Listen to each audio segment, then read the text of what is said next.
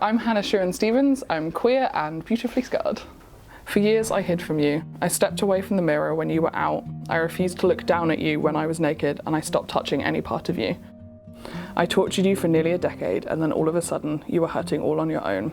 You brought a new type of pain, one I hadn't had the misfortune to encounter before. I actually have kind of a catalogue of different conditions, but the two that affect me mostly are a rare autoimmune condition called scleroderma, which affects the soft tissues and your skin, and then I also have a nerve pain condition called fibromyalgia. So I was about 14 when I first started exhibiting symptoms. It started as like these bruises that kind of went all the way up my side and spread very, very quickly. And then that extended into joint pain and soft tissue problems.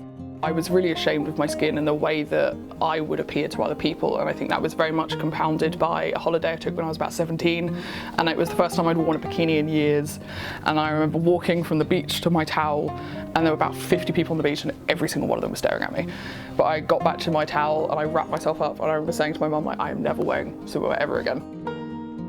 It took being asked to take part in a kind of body positive swimwear march in the middle of London to really change that, and it wasn't until I just bared all in public that I was finally able to start embracing my skin kind of one step at a time. I kind of realised that I was queer when I was about 12 or 13. My first kiss was actually with a girl, two girls actually, which was great for me. But it took a really long time for me to accept that my sexuality was anything outside of the norm. I think especially because I was dealing with so much with my health and some other unrelated issues that I just squashed it down, because I was like, oh well, I like both, so it's okay, so I can just ignore one half of my sexuality. So it took a long time to really embrace that, and it wasn't until even a few years ago that I finally kind of started to identify as queer, and just fully embraced all of the parts of me. Although it can sometimes feel like queer spaces aren't made for us, queer spaces are made for everyone, whether you're able-bodied or not.